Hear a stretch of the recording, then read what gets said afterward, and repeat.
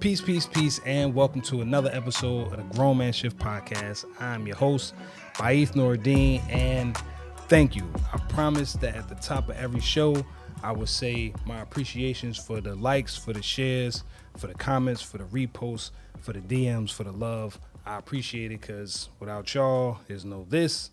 And hey, man, it's just gratitude, to be honest. Today, I do have a guest.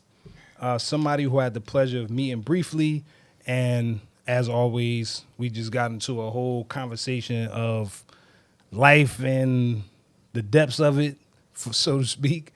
And I'll let him introduce himself, but he is a good brother out here doing a lot. I won't say, but a lot.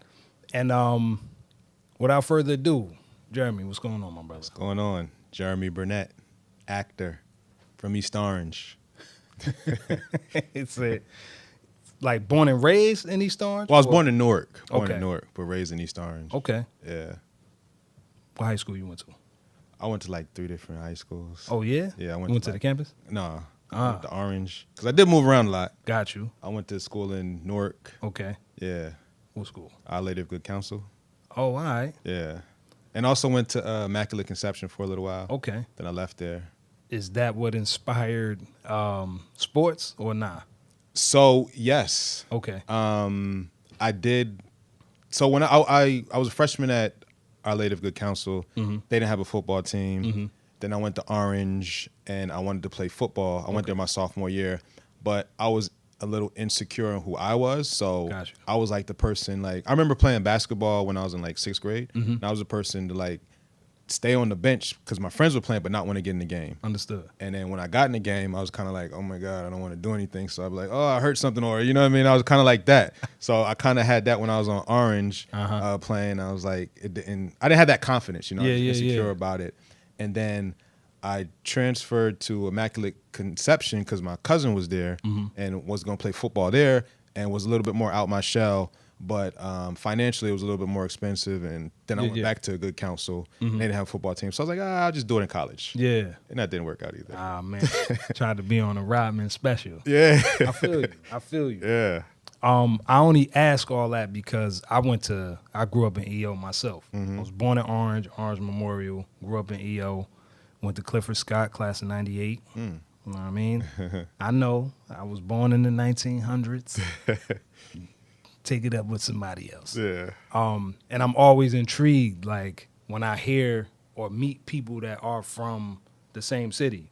Like, obviously, we may know the same people. Yeah. But it's always dope to be like, oh, word. Oh, my grandmother used to stay on such and such. Yeah, My yeah. uncle used to, you know what I'm saying? Yeah. It's always dope to rock with somebody from hometown. Yeah. On the pod, like I said before, first question I typically ask is, when you hear the phrase grown man shift, what's the first thing that comes to your mind? For me, the first thing that comes to mind is kind of like what I think is a component of it is just like finding your purpose, but also finding out your, you know, a lot of people say when you find out your why, but I also think it's part finding out your who. Like, who are you trying to maybe teach, or who are you trying to make a difference for? Okay. Who are you trying to have that purpose or find that purpose for, you know? Okay. Me as a young dad, Yeah, exactly. That was it for me. Yeah. I became a dad, and I felt like going into my 20s, I wasn't really clear. Like, I didn't have a definitive path. I knew where I wanted my footing to be. Like, I cut hair. So I wanted to go to cosmetology school. Yeah. After cosmetology school, I wanted to go to culinary school because I also get busy in the kitchen. Yeah. For real. And when I had a kid, it kind of halted that direction. I hunkered down on a lot of me shit. Yeah. Like becoming more mature, becoming more calculated with my friend groups, putting my energy out in the world, so forth and so on. And like essentially becoming a dad became the who for me. Yeah. It was like, all right, well, who needs me and my energy the most is him. Mm-hmm. And, you know, he's 24 now. Shout out to my oldest, Kayvon. Love you, man. And, I never heard somebody say say it that way. Yeah. Like, not just the why, but the who. Like, for you. Because a lot of times, too, the why is really tied into who. Like, who True. am I trying to, True. Yeah. When did you adopt that? Or when did that way of thinking kind of like present itself for you? Over the weekend. Oh, really? No, I was reading this book, and I was like, Yeah. I was reading this book, and I always heard like, find your why, find Yeah. your why. And Yeah, when yeah. acting, I was like, oh, well, I don't really have a why. You know what I mean?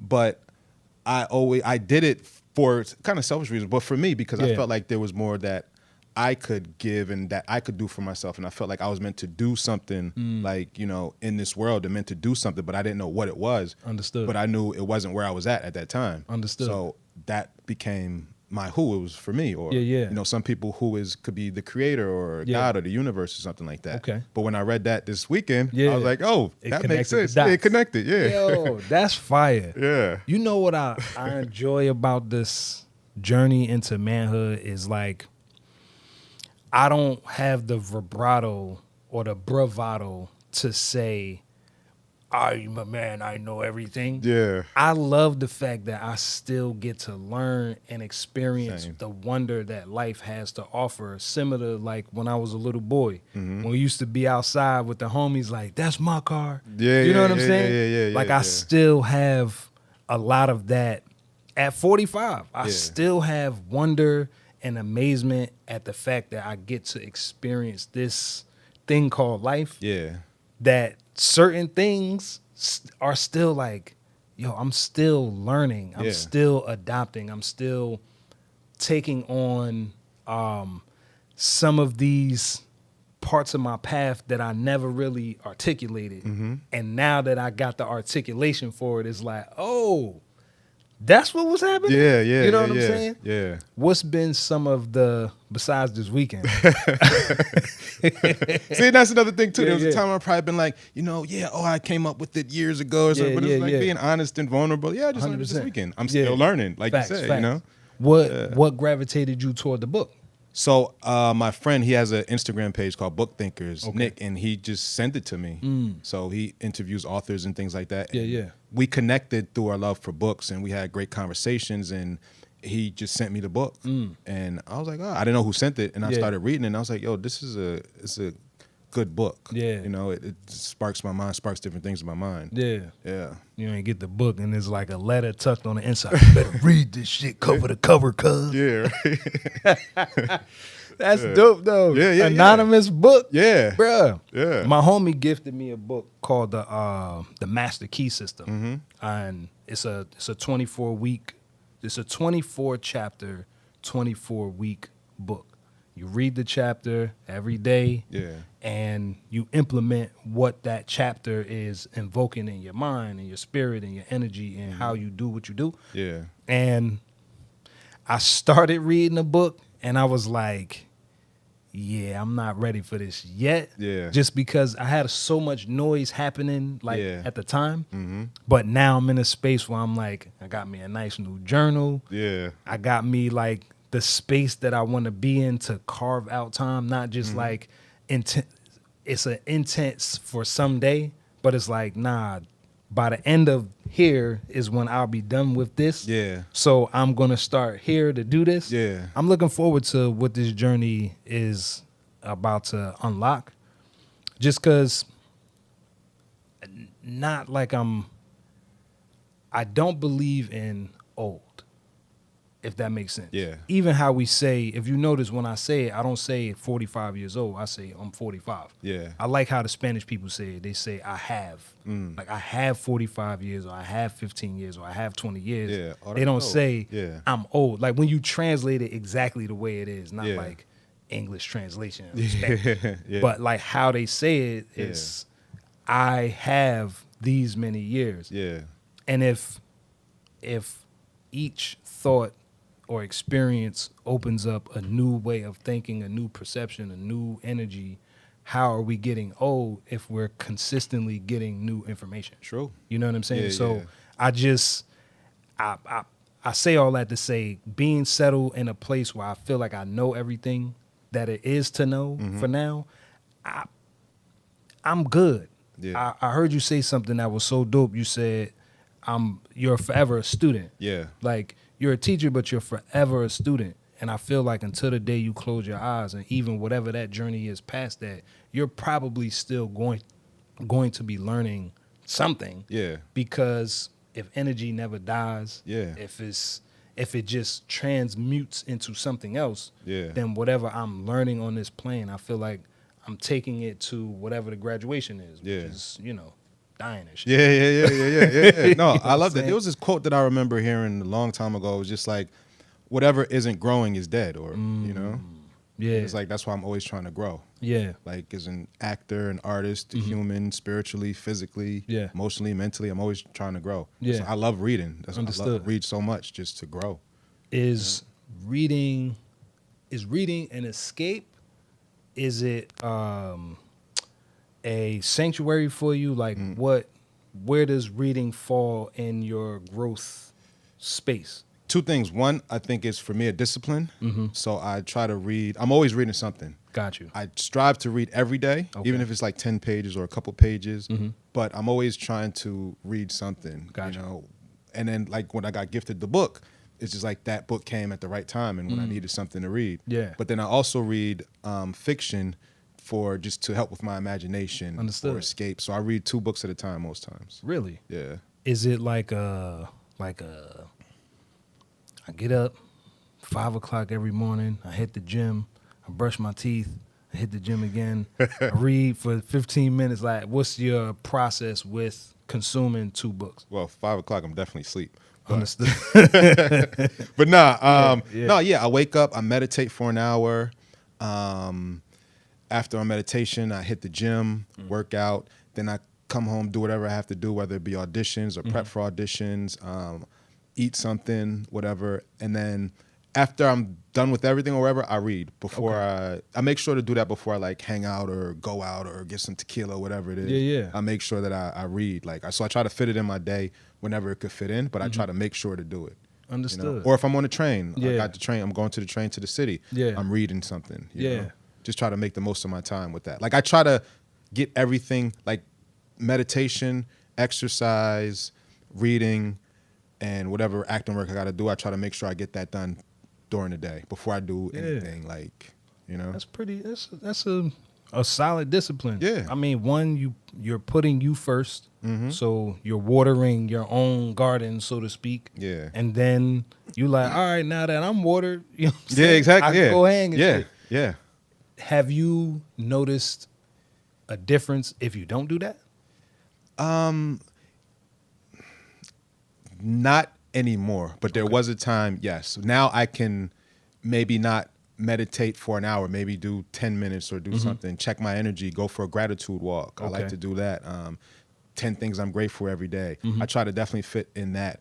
But before, yes, I feel like I've been doing this so long that if I take a day off or if I miss a day for whatever reason, it's not that big of a change. Okay. You know? So before, I'm assuming it was like night and day difference. Like, you notice when you go out, you expelling more energy, you kind of reserving your energy. Like, what was the difference between it becoming a daily practice I don't miss Yeah. to before it was a daily practice and I missed? Like, how was the energy? I think there was definitely a time where I was night and day, where it was like a little bit more negative. Now I'm more self-aware. Okay. So like, if I'm hanging around somebody and the energy is bad or they're even complaining a lot, I make sure that I still put like some energy shield around me or whatever it is, just so that I'm not taking in their energy. Okay. And I'm more aware of it. And sometimes it's just like, okay, this person needs to vent or whatever, and I'm open to that, but I don't have to take on that energy, let that energy control me for the rest of the day. Understood. It's like if you go to someplace and the worker's bad for you. Yeah. How many times does, or just in a bad mood and you let that affect you and then that affects your day? True. I try to shut that down. Yeah. Even if I'm nice to them and they're still whatever. Yeah. But I feel like I'm more in tune with like energy and like paying attention where my energy is, where somebody else's energy is, and making sure not to take that on, because before there was a time where maybe with certain relationships, I would kind of go back and forth with that person with that energy. Yeah. You know, and that affected the relationship. And I realized certain things now.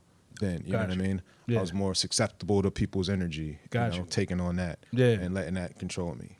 Yeah. Like when you driving and somebody cut you off. Yeah. And now, Yep. because they probably having a shitty day. Yeah. Now they done transferred the energy to Yep. you. Like, yo, man, what the fuck? Yo, you Yep. trying to, you know what I'm saying? Yeah.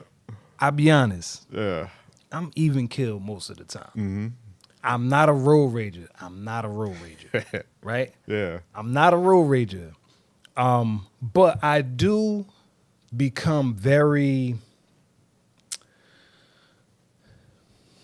interrupted Yeah. when somebody does something foolish behind the wheel just because it's dangerous. Yeah. And not taking the responsibility serious to be behind the wheel responsibly. Yeah.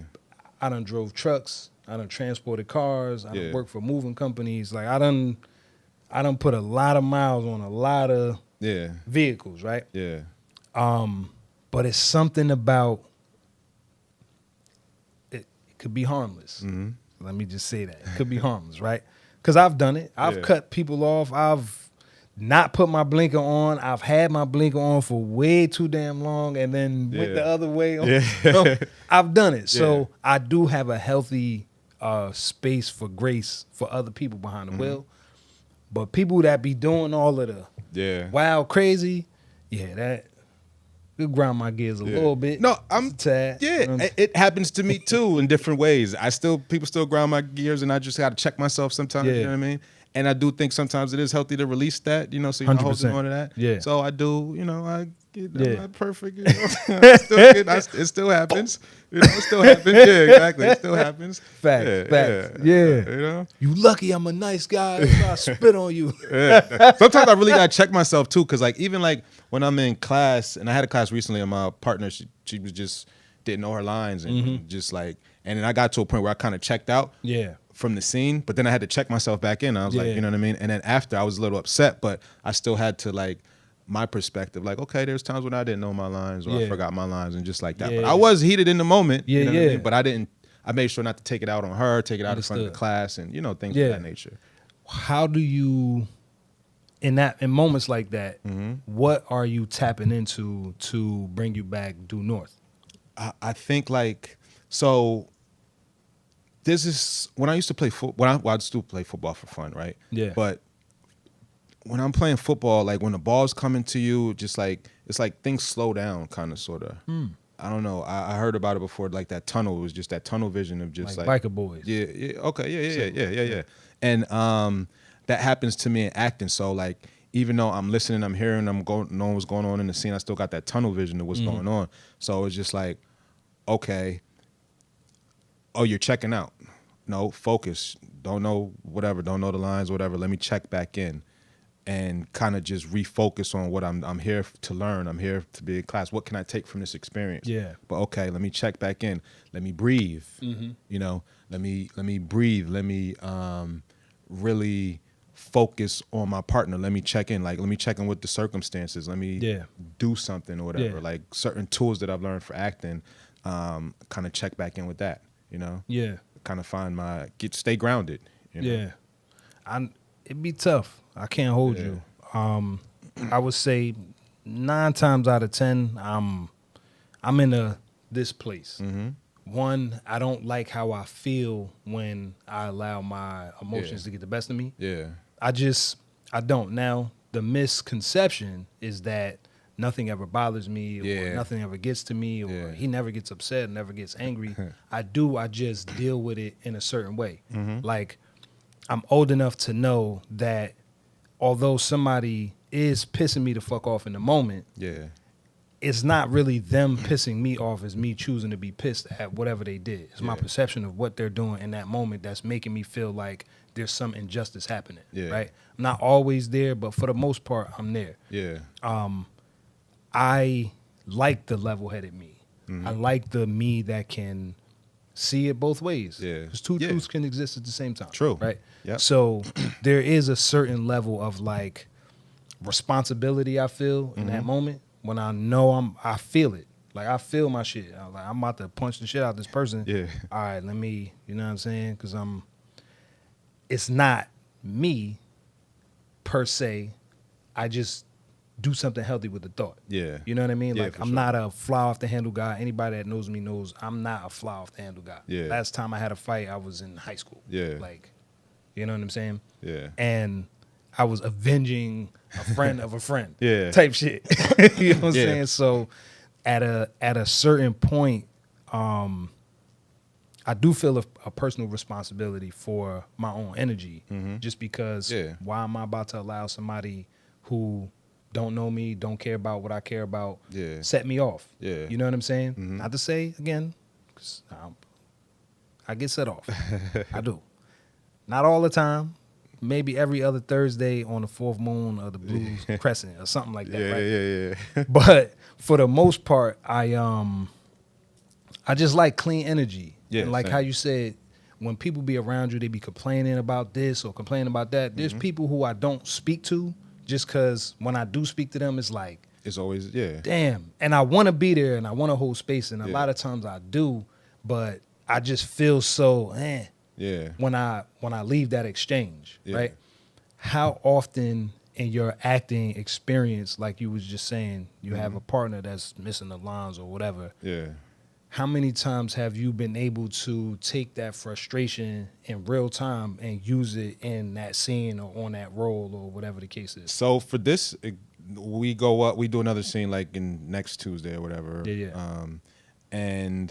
But the next time we go up, I'm going to use that frustration in the scene because the scene calls for that tension as well. Got you. So I'm going to use that. Got you. I'm going to play with that and use that. So it's like, okay, how can what's the perspective? What can I do with this? Yeah. You know, it doesn't help to kind of yell at her or say something or, just take out that frustration right there and then. Maybe later we can have a conversation about it. If it keeps happening, then I have to say something. You know what I mean? Yeah. But it's just so many things. Also, I got a scholarship to the class, so I'm not paying for the full. So it's like, okay, these things are more important than like feeling that I need to say something for maybe my ego or to show them that I don't play, that I'm a disciplined actor. I'm a serious actor. Yeah. You don't know your lines, so I'm gonna get mad at you because you're not as serious as I am. It's just like, okay, I don't need, you know what I mean? I start to look at all those things. The scholarship, I could use it in the scene. It's like, all right, cool. Let me just do that. you know? Yeah.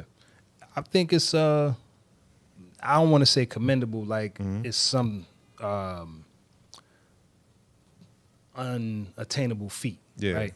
But I am going to commend you on being able to feel it and then be able to kind of pull back and then re-engage. Yeah. I think, especially for black men, we have this aggressive overtone of our energy. Yeah. We're in a room. True story. Me and my wife just celebrated 13 years married, right? Yeah, congrats. We're in Jamaica, thank you. We're in Jamaica, we're Yeah. chilling. We come up on a group of mixed companies. Yeah. Asian ladies, some white ladies. There's nobody ethnic. There's no black or Indian or nothing like that. Yeah. In terms of like melanated. Yeah. This is a mixed, non-melanated crowd of culture. Yeah. So they asked, hey, I'm sorry to bother you. Can you take a picture of me and my friends? No problem. They have no idea I'm actually a photographer. Yeah. So as I'm doing what I do, they're like, oh, wait a minute. Like, oh, you're like good, right? So then they're like, we want to do like this skipping thing where I also know film. Yeah. So y'all want to do a time lapse so it's not just y'all skipping. It's the Yeah. No problem. Got it. Get it. So they asked me and my wife to do it. Like, do you guys want pictures? Do you guys want to do the? You guys should do the skip thing. We're in Jamaica. Why not? Right? Yeah. No problem. So we're skipping. I have the most ridiculous amount of glee on my face. Right? Yeah. Exactly the same, right? Yeah. We get to the end. One of the ladies, redhead lady, goes, she was like, that was cool, but I felt like you were like being aggressive, like you were pulling her along.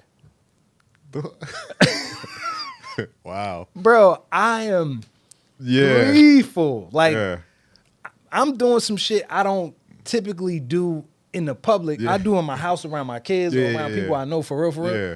But bro, I'm And she said, that was a little aggressive. You guys should do it again. Wow. But then a little bit of ego kicked in, not gonna lie. Yeah.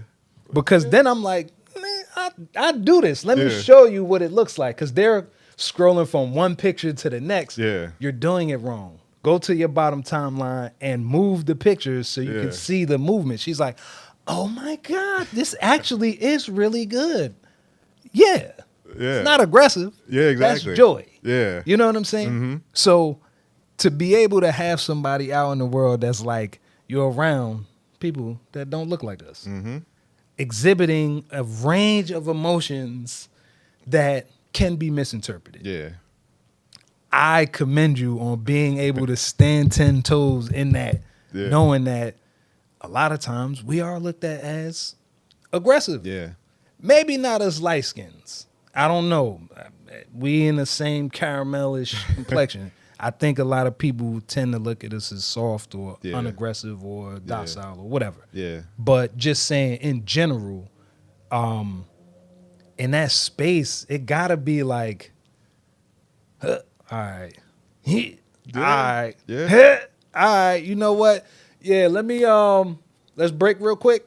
You know what I'm saying? Yeah. Have you ever gotten into a tiff with a director or a producer over not line choice, but the way the line comes out?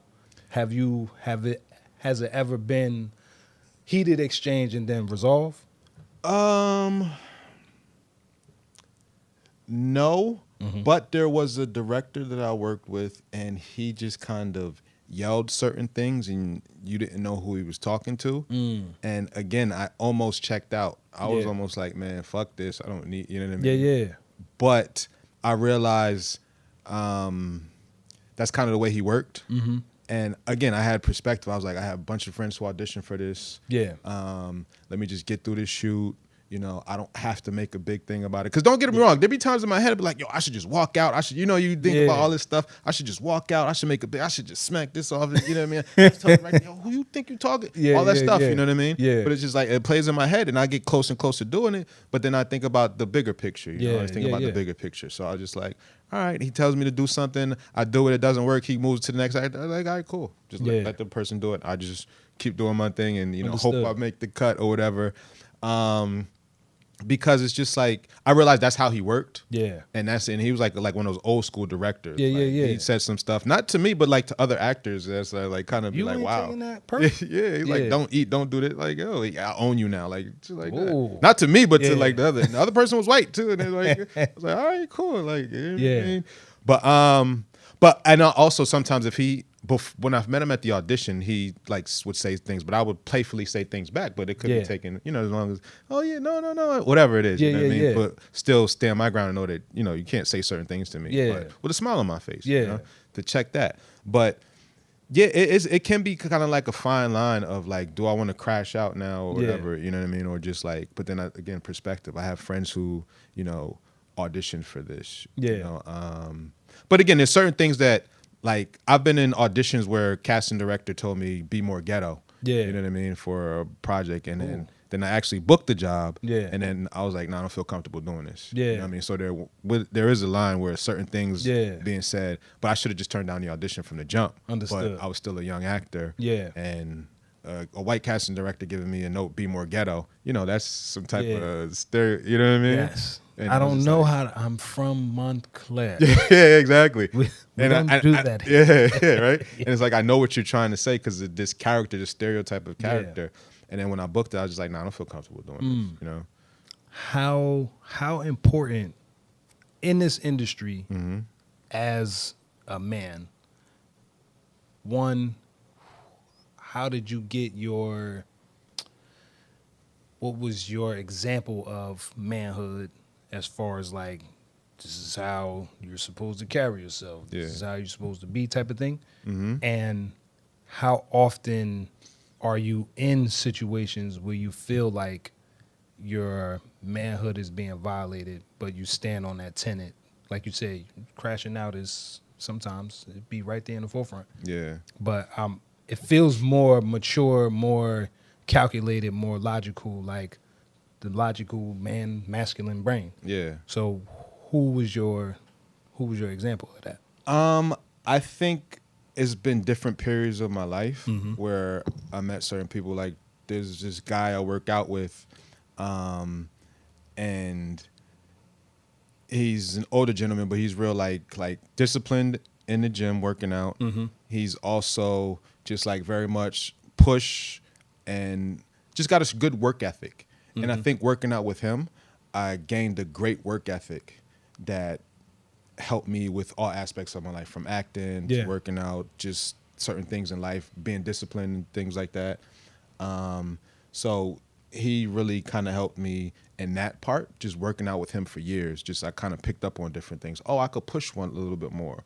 You know what I mean? Yeah. I could work harder. I could go to the gym. I could make time. I really don't have excuses why I'm not working out or putting in the work for that. And that kind of transitioned to other aspects of my life. So I think there was just like different people in my life, because I don't know my father. So different just people in my life who came about. And also like dating and having conversations, and women were like, oh, you're supposed to do this, or you're supposed to walk on this side of the sidewalk. I was like, I didn't know that. Well, like, you're a man, you're supposed to know that. It was like, but nobody taught me that, so how would I know? And I went back and forth with this like years ago, but it's just like, because I didn't know. You know what I mean? But now 100%. Now I know. So like I learned that, okay, all right, let me walk on. Some people, most women appreciate it, and some don't even know. Like, why are you walking? Oh, because if a car comes, I could push you out the way and jump or whatever it is. Be heroic and shit. Exactly. Right. You know. So it's just like certain things in life that I kind of learned and had conversations with, and paying attention to certain people, and just I think for me, that work ethic just helped with a lot of it. Yeah. You know. So you said you didn't grow up with your dad. No. Your dad passed. He just wasn't involved. I just don't know him. So yeah. I hear you. Yeah. I knew my pops was around. My pops was around, even though he was battling addiction, drug addiction. Yeah. I really got a chance to bond with my pops when I became a pops. So like when my son was born, I say maybe 6 months. Yeah. My pops got clean. Like I wasn't there for you, and I refused to not be there for my grandson. Yeah. And it was a hell of a time. Because for a long time, I didn't think I was wearing a chip on my shoulder about my pops not being around. Yeah. But it's evident. Like there's certain mannerisms or ways of being when you're under the tutelage of a man that you abide by. Yeah. Real men, and I've said it on here before, men, when they walk in the room, real men make other men straighten up their tie. Yeah. Make sure they, all right, I'm good. Yeah. Because it's a real man in the room. Yeah.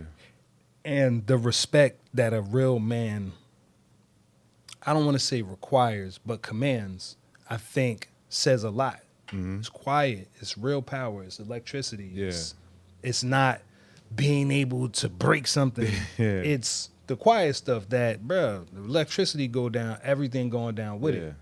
We don't never look at that as real power. Yeah. We just, is it on? It's not working. You know what I'm saying? Yeah. As opposed to men, I feel like we get challenged or put into a box that you just have to have this. So I do notice a lot of the ways that being raised by my mom has crafted how I treat women, but it also contributed to my ignorance as a man. What does provision look like? What does leadership look like? What does temperament look like? Because nobody told me. You know what I'm saying? I've witnessed other men, but I never got sat down like, this is the game.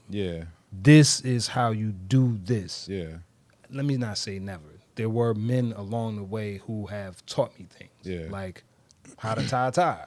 You know, those was my uncles. It was all suited and booted with the Lincoln Continental, like old school guys. You know what I'm saying? So I learned a lot from them, but I didn't get sat down like, all right, this is what you do with this. This is what you do with that. When you're in this kind of situation, this is how you want to move. You know what I'm saying? It wasn't until I kind of got around some of the homies that we all had little things that were imparted to us, Yeah. and we just kind of put it all in a pot and, all right, well, he like this, all right, you know what I'm saying? Yeah. It worked for him, so I'll do the same thing. Yeah. As far as legacy and all of that other stuff, what's your thoughts on that? Like, do you feel like you are carrying on a legacy of, healthy masculine habits, or are you still finding your way to whatever that is? I think a little bit of both. Okay. Yeah, I think a little bit of both, because I'm still, like, when you was talking, I was thinking, like, a lot of the stuff that I picked up too. Yeah. Like when you talk about leadership and things like that, I'm still learning, but like, I'm very much so, I want to learn about leadership. Let me see what's the best leadership book or the best leadership books, or, go read about that and learn about that. And always, like, so I picked up different things from different books. And that has been helpful for me. Yeah. Right. And I forgot what I was going to say. It's all good. Yeah. Damn. I was going to say books and... Because you're saying it was a little bit of both. It's learning along the way and the little bits and pieces you've been able to pick up. Mm-hmm. You know what I mean? Yeah. Maybe that was it. No, there was something else. Yeah. Books, learning along the way. It's going to come back. Yeah, it's going to come back. Yeah. Yeah. Books, learning along. Hey, yo. Nah, that's hilarious. And I was going to say, I think being in different situations where being in different situations where you do something and you have to learn from that. Yeah. For me. So, legacy. Yes. So, Gotcha. boom. That's what I was going to say too. Okay. I was going to say with legacy, I think that, I have nieces, nephews, cousins, and that are younger and things like that. I think for me, being able to act and like, I was in a newspaper for East Orange in Essex County, and I'm going to be in a newspaper coming up, doing things like podcasts like this and other stuff and commercials and being on TV. I think that will leave a legacy in itself. And maybe as my nieces and nephews get older and the younger generation that's in my family gets older, they might come to me and ask me, I want to act, or I want to do this. I feel like I have a better understanding of how to help someone be successful, whether it be an athlete. There are things I would have done differently. Yeah. Acting, and like I can guide somebody to get their first role, get a manager, agent, and things like that. Yeah. So I think that's going to be part of my legacy, but it just depends on who decides to follow. Understood. Mm-hmm. Do you think that there's a certain level of, because to be accessible that way, to be okay with being viewed a certain way and being okay with accepting the responsibility or accountability for being able to lead, do you think that requires a certain level of vulnerability? And with that vulnerability, does it require a certain level of vulnerability? And do you view it that way, or does it require a certain level of vulnerability, and do you view it that way? Like you're being vulnerable in that moment, you're being open and whatever, or is that's just the baseline for you? I think it does involve some type of vulnerability, because I have to be, like, if I'm giving somebody a game, I have to be honest on the things that I messed up on, and being able to talk about that. Talking about situations that maybe, because I've been in situations where I've been like, well, if you had read your contract, or if you had done this, or if you didn't sign this contract, or if you had negotiated better. And it's like, you could feel like, damn, I did mess up because I tried to sign it because I was insecure about this, or because I didn't do this, or like, imagine if I had did the role that I felt uncomfortable with. CB4. Exactly. I did something like that, and then I did the role that I'm uncomfortable with. Now I got to talk about it, and somebody like, well, you did this, but you're supposed to be whatever. And I was like, yeah, I know I shouldn't have did that. I'd rather just nip it in the bud then. So there's roles that I've turned down and auditions that I've passed on because I didn't feel comfortable with the character. And I think even though there was money involved or whatever, I think for me, again, that legacy and that kind of like, I could stand and I could say that I wasn't comfortable with this, because there's also a vulnerability in that, because then it's like, well, maybe you don't get paid, maybe you don't have money, maybe you don't make this and you got to find a job and things like that. So Yeah, even I have a notebook where I was a journal when I first started acting, and I'm talking about like, oh, why is everybody getting these jobs? Oh, maybe I suck, or maybe I'm not good. And that, to me, I would let people read that who were I actually coached someone and read that to him and let him read it. Yeah. You know, took pictures so he could read it, so he could see how vulnerable I was and the certain mindset that I had. Yeah. So that it happens, you know? Yeah. And I think that's a big thing too. 100%. You're vulnerable with people, the things that you might not be, you know, maybe you could be ashamed of certain things that happen, but being vulnerable lets them know that it happens and it's okay, just what you do with that. Yeah. You know? I agree. I think just being for me being a dad, being a husband, there is a certain level of vulnerability that I have to bring that keeps me from getting amnesia. 'Cause I think a lot of times on the journey, when you get to a certain point, because you don't do that no more, you forget that you used to be there. Yes. Yeah, you know what exactly, I'm saying? yes. Like you forget, like, bruh, I done said a lot of wild shit. I done did a lot of wild shit. And then when you see somebody doing some wild shit, it's like you don't see you in that person anymore. Yeah. Now you just see the nuisance, or you see Yeah. the person that's disrupting whatever it is. Yeah. It's like, nah, dog. I remember Yeah.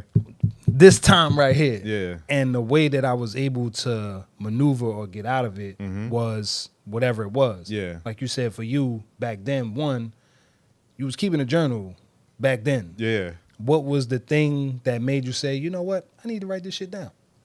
I think I was either reading something the artist way, or I just wanted to kind of like document my journey for when I write a book or something about it. And it was just like also having a healthy way to get my thoughts out. You know, sometimes we don't have people to vent to, or sometimes we're insecure or afraid to be vulnerable about certain things. You know, and you don't want to come off as like too much of a burden maybe to somebody telling these things. So I wrote it down. And I wrote it down also so that I can reflect on it. And I was cleaning out my basement and I found that book. Damn. And and I cleaned out my basement and found the book. Like, wow, I forgot. Like you said, I had amnesia. I forgot that I felt this way. Yeah. You know, I forgot that I felt these things. And so, like, when I'm coaching this other actor, it's like, oh yeah, I actually have been there before. Yeah. And then I was like, also, let me show you, so that you can believe. Because people see me now, oh, you're in an Apple Pay commercial, oh, you're on Bud Light. Yeah. They don't think that I came from feeling that way and being told no. They just see that I'm working for these big companies or on TV. You don't know shit, man. You lit. Exactly. I was right there. Like, I had to grind too. I got told no. I got people said messed up things to me in audition rooms and things like that. And, you know what I mean? I did background work. This time. Right? There's all these things. And like, okay, now let me show you, since you might not believe me, or you might just see me now and think that's who I am. Yeah. You know, or that's who I've always been. Yeah. That's important. It is. Yeah. Especially being a OG. It's like what I used to hate being a YG. Now that I'm an OG. I used to hate OGs who didn't practice what they preach. Yeah. And OGs who only talked about the heyday as if that was the best time. Yeah. It's like, dog, you lived a life and you could give me game. Yeah. And you're sitting here bullshitting about your experience. Yep. You making it seem like I'm doing something that you've never traversed. Exactly. And you did. Yeah. Mad times. I asked my uncle about you. You know what I'm saying? Yeah. So I think it's important to always have that level of home to be like, yeah, nah, I've arrived to where my personal success is, but there's also that journey from where I was to now that I get to be proud of too. Yes, exactly. You know what I'm saying? I get absolutely. I get to look back at that book like, how did you feel how did you feel reading that shit? Yo, when I read it, I was like, yo, that was me. I wrote this. Like, it was like, damn. And I was like, oh shit, I do remember that. Yeah. Oh, I do remember feeling that way. And I'm like, damn, I can't believe. Like, it's funny because even like how positive I can be now. Yeah. I remember I was talking to this other actor. We was walking from a workshop, getting on a train, and I told him, he's like, yo, you're so positive now. I was like, if you saw me in college, there was when I didn't make the football team, I was like in a dark place. Like, oh man, fuck this, fuck that, fuck everybody. all these football players, this and that. Yeah. I didn't get a shape up. Then just like, woe was me and things like that. Listening like Donny Hathaway, sitting in the dorm room, sitting in the dorm Cheetos and shit. Drinking tea. Don't even want to work out no more. Yeah, exactly. Just in a dark place to where like certain people who probably see me then to see me now would be like, wow, Damn, what happened? Yeah. Yeah. Mm-hmm. I like that. I mean, the hero's journey. Yeah. You know what I'm saying? Like, that shit ain't... People think that... And you see it all the time. You see great relationships online. It's like, man, relationship goals and people who are, body goals and whatever. Yeah. There's still a level of... I don't want to say hard work, because hard work is a matter of perspective. Mm-hmm. Like, I'm coming to this realization over like the last 6 months. Mm-hmm. Hard work is your interpretation of it. Yeah. Like, when people be like, oh, marriage, man, that should take hard work. It takes a lot of effort. Yeah. Sometimes it takes more effort than other times. Yeah. Sometimes it takes no effort than other times.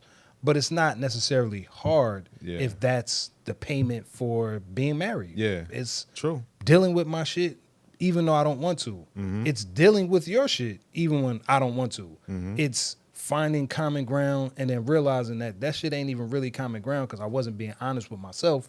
And now we got to redo the thing all over. Yes, yeah. You know what I'm saying? Yes. So I think the space of like what it takes to become who we are in the moment is filled with so much, like you said, dark times. Yeah. So much. I doubted myself. Even with this, I used to do something called Happy Another Day Above Ground. I stopped doing it because I felt like a fraud. I felt like there's no way that I'm about to post Happy Another Day Above Ground with some prolific thing to say and I'm beefing with my wife or I'm feeling some type of way about whatever shame or guilt I have around being a parent. Yeah. It like got the best of me. And I was like, yeah, I can't keep putting that out. But then it's like, over time, no, this is the journey. Mm-hmm. Yep. Every day that I get to do it again, that I get another try, another at-bat, is a happy day. Yeah. Regardless if I'm feeling that way in the moment or I realize it later, at some point when later becomes later, it's going to be evident that that was actually a good day. Yeah. Because I had another at-bat. Yeah. You know what I'm saying? Yeah, for sure. Since then, have you found yourself in a place where you were like, bruh, yeah, this shit is heavy right now? Yes. Yes. A couple years ago. But prospectively looking back, it kind of, I thought I was doing a lot for myself, self-care wise and energetically and spiritually at that time. But after, it was a breakup. So after that breakup, I realized I wasn't, that I could do more. Yeah. And I'm in a better place now. Also understanding that relationship and things where, like we talk about, like, there were times where I, quote unquote, crashed out or tried to make certain things happen or let emotions come out just because I felt like my ego or I needed to get that out. Yeah. You know what I mean? And holding on to it as well. Yeah. Holding on to it and letting that carry throughout the day, throughout certain things when it was right there, it could have been done. Or it didn't even have to come out because it wasn't even that serious, Yeah. And then I let it come out and then I let it fester and then I let it sit and I let it drag. I dragged it. Yeah. You know what I mean? Yeah. I dragged it the whole time. Understood. And now looking back, I was like, damn, there were better ways to handle that situation. Yeah. There were better ways to be in that relationship. But I also am at a place too where, okay, that happened. Let me move forward. Let me take it forward and not let that happen again. Understood. You know? Hey man, I can't hold you. Right before I turned 40, I must have been like, I would say 37, 8, somewhere in there. Yeah.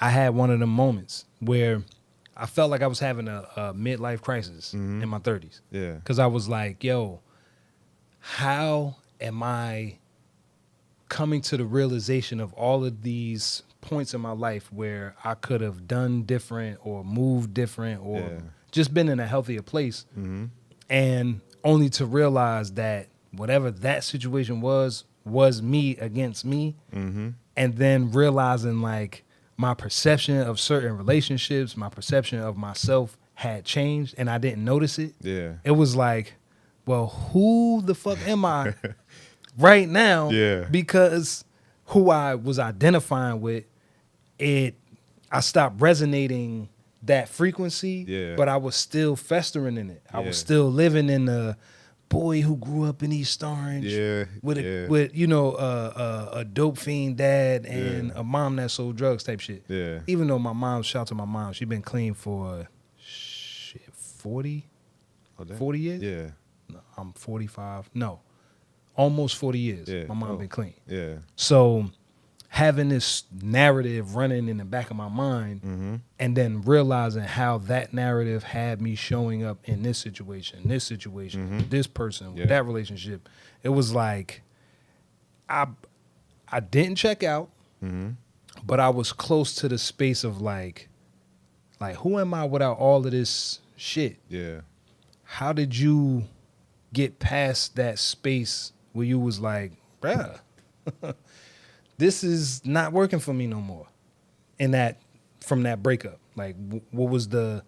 I think it was just kind of like, it was just like so much. Like also feeling like I was also a lot of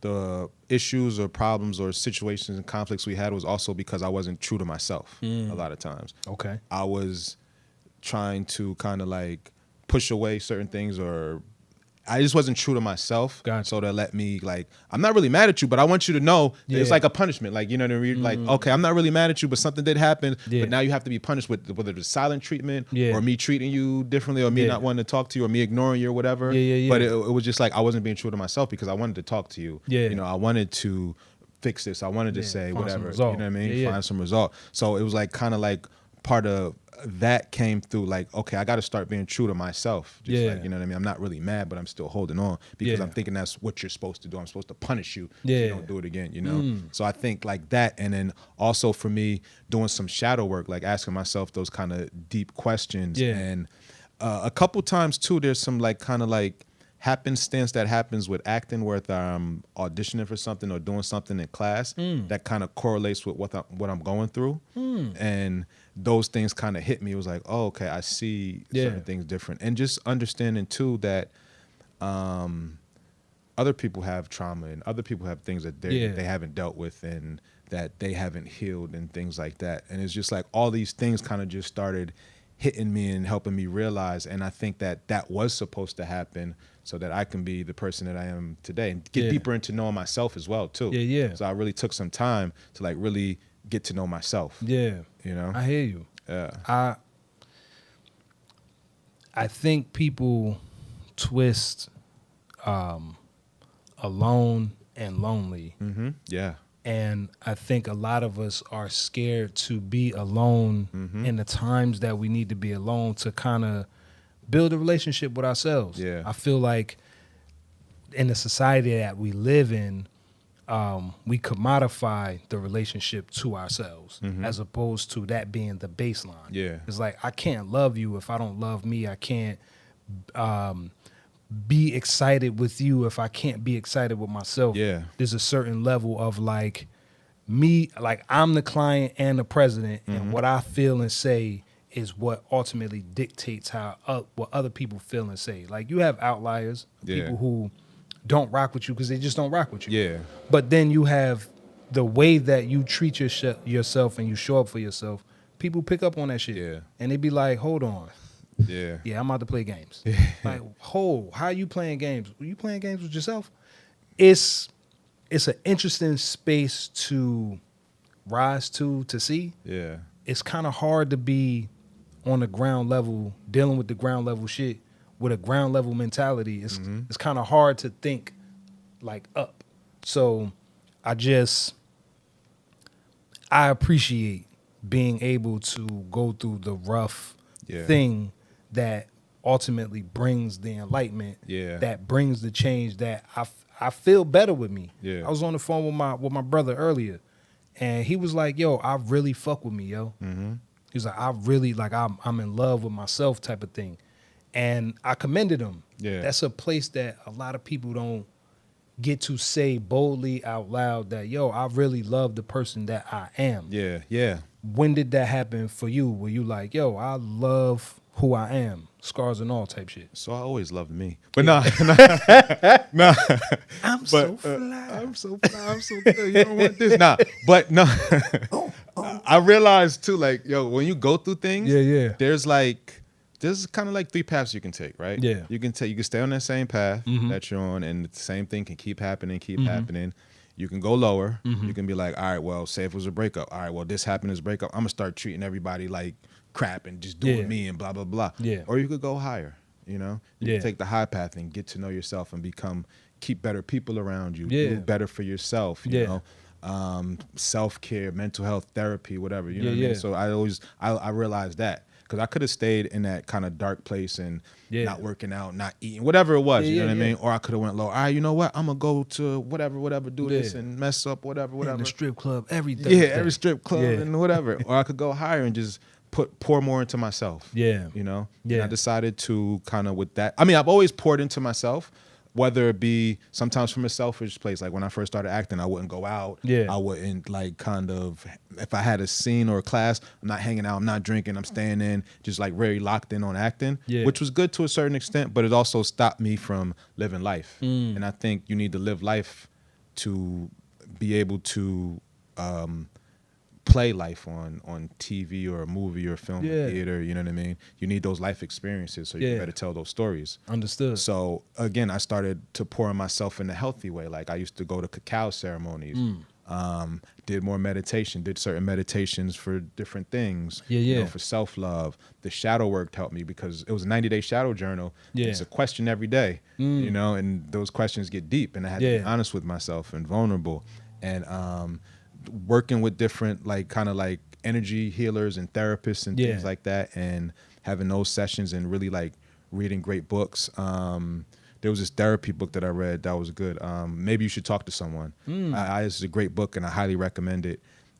So just reading those books and learning more about love, you know, and learning about relationships and those things that I was never taught. So I just kind of after that, I poured more into myself and also realizing that I have genuine friends around me and understanding what that looks like. People are not going to talk about you behind your back. People are going to really check you if you need to be checked in a healthy 100%. ways. You know what I'm saying? Yes. And I realized that too. So I was like, all right, I got these people. Instead of me chasing whoever it may be that might not be good for me, but maybe they look good or they got this and you know what I mean? Just really locking in on the genuine people and starting to be better towards them and you know making time for them as opposed to oh, I want to go out, go here. You know, let me check in with them, let me hang out with them, let me go see them. And I think all that was just that next level that happened after that, you know. Understood. You mentioned learning how to love.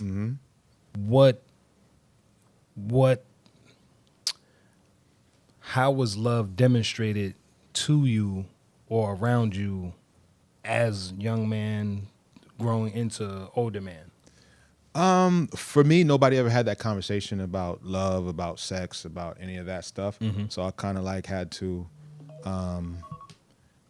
find my way with that and and again, being insecure and not being vulnerable because again, it was that, I got to be a man, so you know what I mean? Gotta, whatever that looks like. At one time for me, it looked like sagging my pants in a hoodie and not talking to anybody. You know what I mean? Not talking to whatever. Sometimes look at me. Yeah. Look at me. Look at me wrong, yeah, bruh. Right? You know what I mean? Just that life. So I think it was just even that last relationship that I had that kind of broke me in certain ways, I learned a lot from that situation. You know what I'm saying? Yeah. So kind of just growing up and just, I guess, seeing other people in love and what that looks like. And then again, I read another great book called Rethink Love, and that kind of puts certain things into perspective for me. So I'm still learning. Yeah. You know, I'm still learning, still figuring out what that looks like. But I know more of that foundation. I love genuine people. Understood. Like genuine people, authentic people. Yeah, People yeah. are not afraid to be vulnerable. People are not afraid to be like, you know what, I'm going through a lot right now, or people are afraid to be in therapy and just Yeah. like work on themselves and 100%. constantly growing. Mm-hmm. I think that plays a big part in like love and relationships. Yeah. Because it's not that front like, oh yeah, I got it all together. Yeah. And you don't, and Yeah. Wild inside. Yeah, exactly. My boy was like, like the guy who will be like, yeah, we gotta protect our queens. You know what I'm saying? We gotta show love to the black woman, and then be the first one putting his hands on somebody. You know what I mean? Yeah. So it'd be like, walking with you talk, not because you feel like you're an expert or a guru about it, but you've tested the water enough to know like, Yeah. that shit definitely does not work. You know what I mean? Yeah. And real quick, that's what Yeah, I yeah. want to say too. Like, I pay attention to people's actions. Gotcha. I don't pay attention. Everything sounds good. You can Yeah, try yeah. to sell me some stuff Yeah, too. yeah. But I pay attention to people's actions. And that's also why I'm thankful for where I grew up. Yeah. Because you know what I mean? Yeah. You know not to get hustled by certain things. You know It's a not to be fact. sold certain a fact. dreams. And you know to pay attention to certain Yeah. shit when people saying things. Pay attention to how people moving and things Yeah, like yeah. that. Big But facts. Yeah. Like, hold on. What you mean you need gas for your car? You Yo. $1.63 short? Yeah, right. $1.63 short for gas. Yeah. You just trying to get $10. Yeah, exactly. Yo. You can't put $5 in your car? Yeah. I remember, yeah. Word? Oh, all right. Yeah, exactly. Yeah, right. Or oh man, I just helped this guy came up to me when I was walking down the street. Yeah, I just helped this guy carry 3 gallons of water up the stairs, and he didn't give me no money or nothing like that. Yeah. Oh, you want me to cut your grass? Oh, my daughter needs medicine for this, that, and the third. yeah. And Yeah. you know what I mean? Yeah. Medicine? Yeah, right. Yeah. Is that medicine called I need $20. crack? Yeah, exactly. Yeah, exactly. Right. I need $20 for medicine. She got asthma or whatever. She got. Yeah. Uh-huh. $20 that's hefty. Yeah. To ask a stranger, woo. Yeah. Yeah. Right? And then try to put it on my daughter this. Yeah. And, you know what I mean? And, My baby's seeking. I don't know what to do. yeah. Yeah, right? Gotcha. Yep. Exactly. But you learn all that. But It's yeah. a fact. Yeah. I mean, who you are now, I've asked this a couple times, but I haven't asked it in a while. Would the little boy, the little 10, 12-year-old Jeremy, would he be proud of who Jeremy is now? Yeah.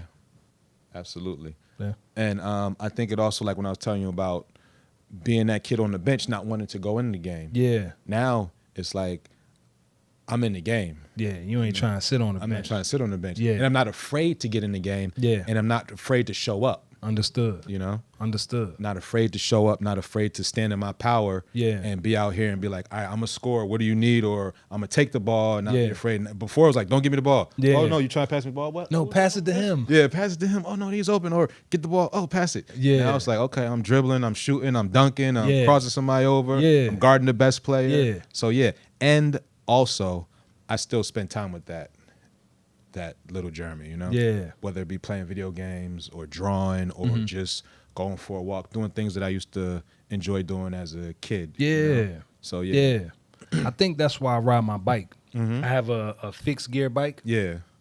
I love riding my bike. And I think that's important. Yeah. Bruh, from downtown North Yeah. to North Arlington and back. Yeah. I rode my bike. Yeah. My wife thought I was insane. She Yeah. was like, why did you ride so far? I was like, because where I thought I was going to ride and I thought it would be far enough, I just felt like I missed the adventure of riding my bike with my brothers Yeah. or my cousins or my homies. Yeah. I still miss that feeling. Well, not miss the feeling, but I respect what that feeling did. Being free, being untamed Yeah. in that moment where we just 10 dudes on bikes that we done fixed together Yeah. and we riding. Yeah.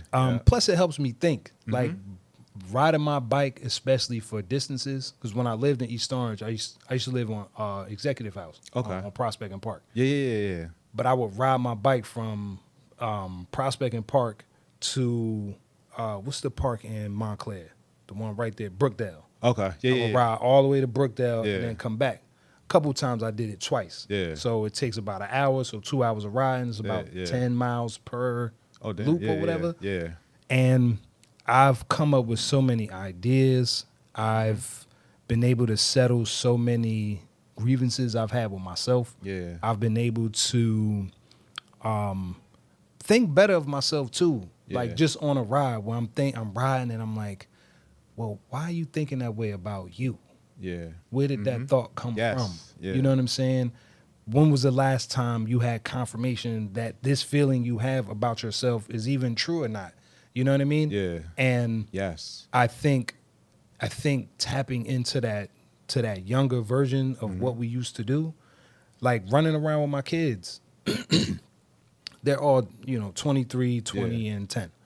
So my youngest is getting the more reserved, creative version. Like he be in the studio with me. Like he's working on his 3rd series now. Like he's very, but when I get to do things like that, I not like I feel reawakened, but I feel a sense of that joy, that black boy joy they be talking about. Yeah. I really feel that in that moment.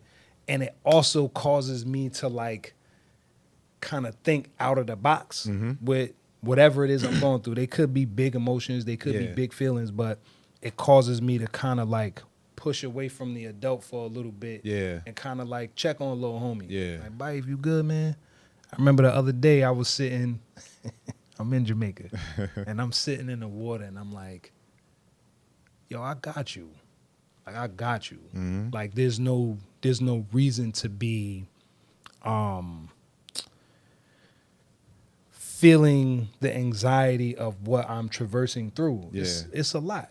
Being visible on multiple fronts, it takes a certain temperament to not let it go to your head and not push you down to the bottom, because people say shit. Regardless of what, people say shit. And spending some time in those youthful places allows me to, one, not take it all serious. I feel like I give off the presence of seriousness just because of the type of conversations I like to have. But I'm a nut just like anybody else. I enjoy a good roast like anybody else. Like, and I enjoy enjoyment like anybody else. Going to do something crazy. I went ziplining for the first time on my birthday in June. Bruh. I'm talking about a line as long as, like, you can't even see where it ends. And I'm like, yo, this is amazing. You know what I'm saying? So it's dope to like be an adult and not have to feel like I have to put the little kid shit away. Or I have to put the, you know what I'm saying? And I've been through that. I did that before. I did that like when I was growing up.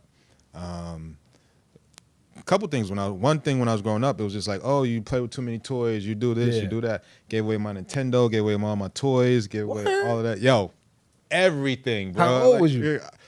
I was probably, I was maybe in 7th grade or something. I was gonna say, don't say middle school. Oh, damn. No.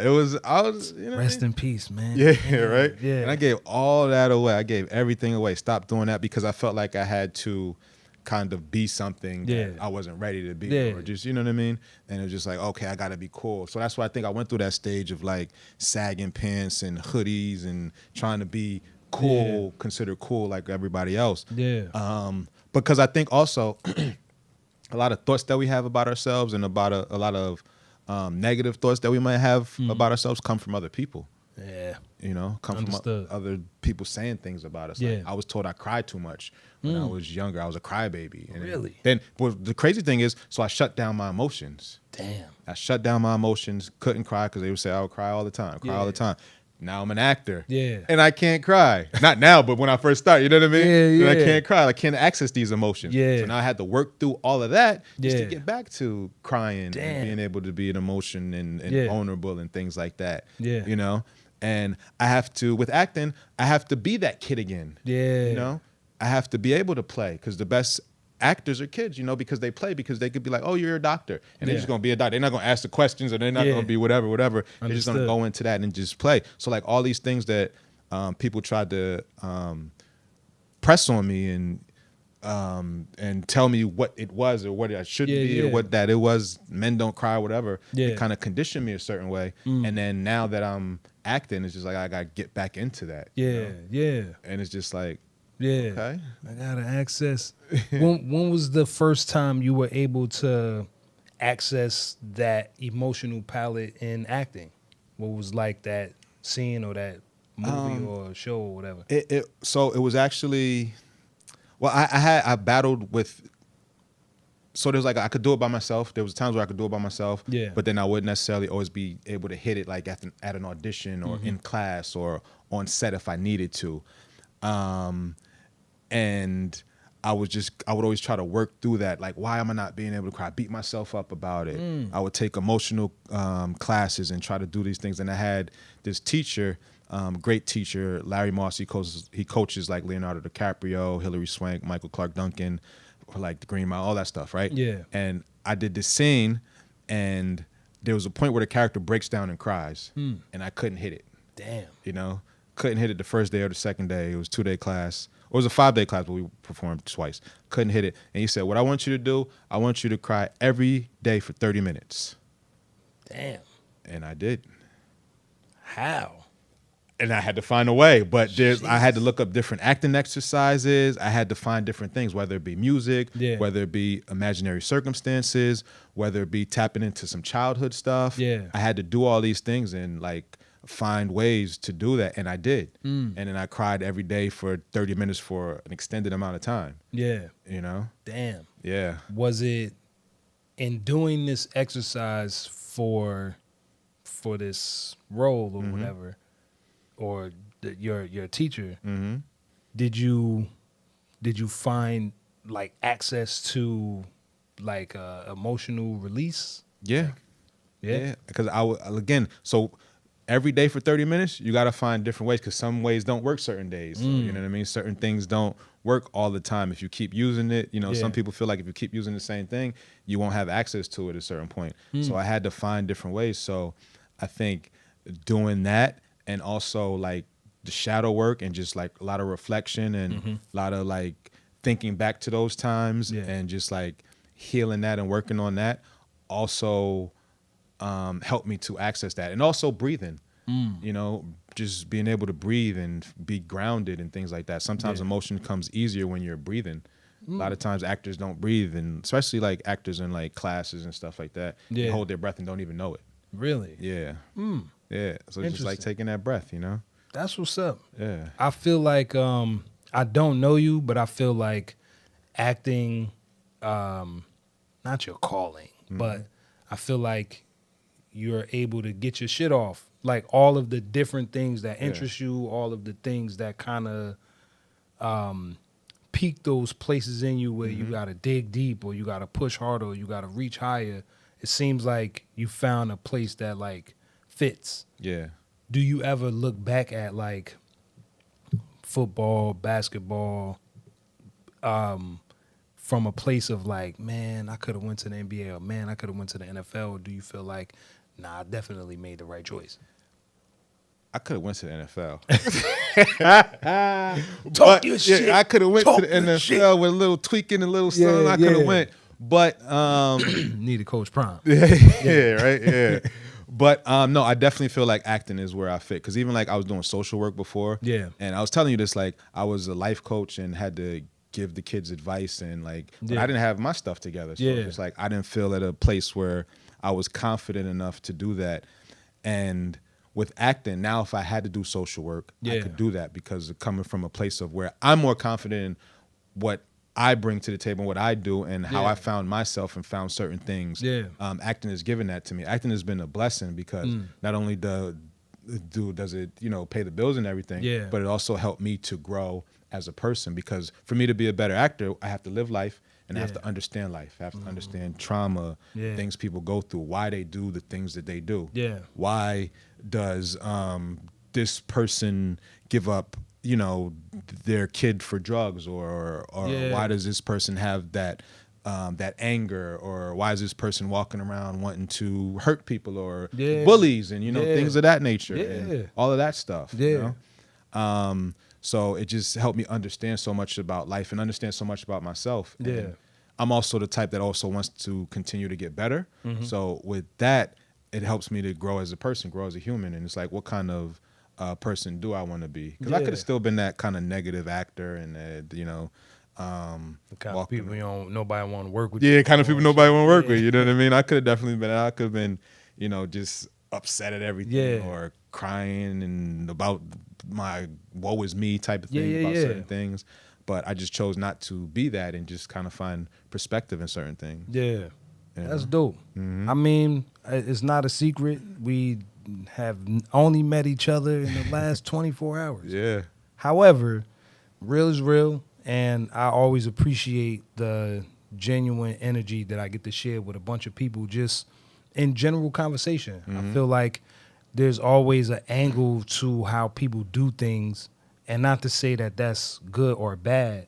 I just don't believe that everything has to be transactional. Yeah, like, I agree. The gain is perspective. The gain is another brother on a journey. The gain is knowing that there's somebody else out here in the world that's putting a even level of respect and appreciation and grace and poise and all of that into it. So it's a pleasure having a chance to sit down and chop it up with you, especially just meeting you. Yeah. So I would say, because we've been rocking for a little minute. Time to go. No. Only because I got to get. Yeah, I got you. Yeah. It's all good. I love this. Yeah. This is what's up. Go ahead. I was going to say something because you asked me about legacy earlier, and you just sparked something. Also, in regards to legacy, like doing things like this, having this conversation, and being who we are. Yeah. We might help somebody else going through whatever they're going through, 100%, and not even know. But because we are who we are, and we're telling our story, and we're sharing, somebody can take from this story, gain this journey, 100% podcast. Yeah, exactly. I'll be honest. That's the low key part of it, because so much is missed in just talking. Yeah. Yes. If the premise was this is a podcast that's shitting on women or shitting on men or shitting on that beta male or what's an alpha male and all of that stuff, I feel like it kind of loses the spark that makes us that makes us more communal beings as opposed to being individuals. Yeah. I had said it before. It's like where society crafts us to be islands when we're all peninsulas. We all are extensions of each other, just in different ways. And I think the value comes from being able to express truth with nothing behind it. Yeah. And somebody else can say, well, shoot, he did that. I never heard that. Like the why versus the why and then the deeper the who. I wouldn't have articulated it, but now that I have that in my frame of reference, it's like, it is the who. It is the, and continuing to make sure the who's I say I have their back, I have it, that's enough to be like. Yeah, exactly. Yeah, so do you have any parting words or any gem or any book recommendation or any wisdom that you want to impart on the people them? I'm reading this book right now. Nice. Can you see that? Yeah. Oops. And I really enjoy it. And I think it's definitely worth the read, for sure. Read books. That's the life advice. Yeah. Read books. Read books. Nah, that's what's up. Where can people find you? What do you have coming down the pike that people can expect? And my Instagram, Jeremy Burnett 1. I have something coming out this fall during football season. If it comes out. That's the other part of the game. You know? I have some stuff coming out on Netflix. I don't know when that's coming out. Got you. Be in a newspaper soon. Okay. Yeah. And yeah. And more things, more growth, more life. Big things. Yeah. Man. So, there's another episode of The Grown Man Shift.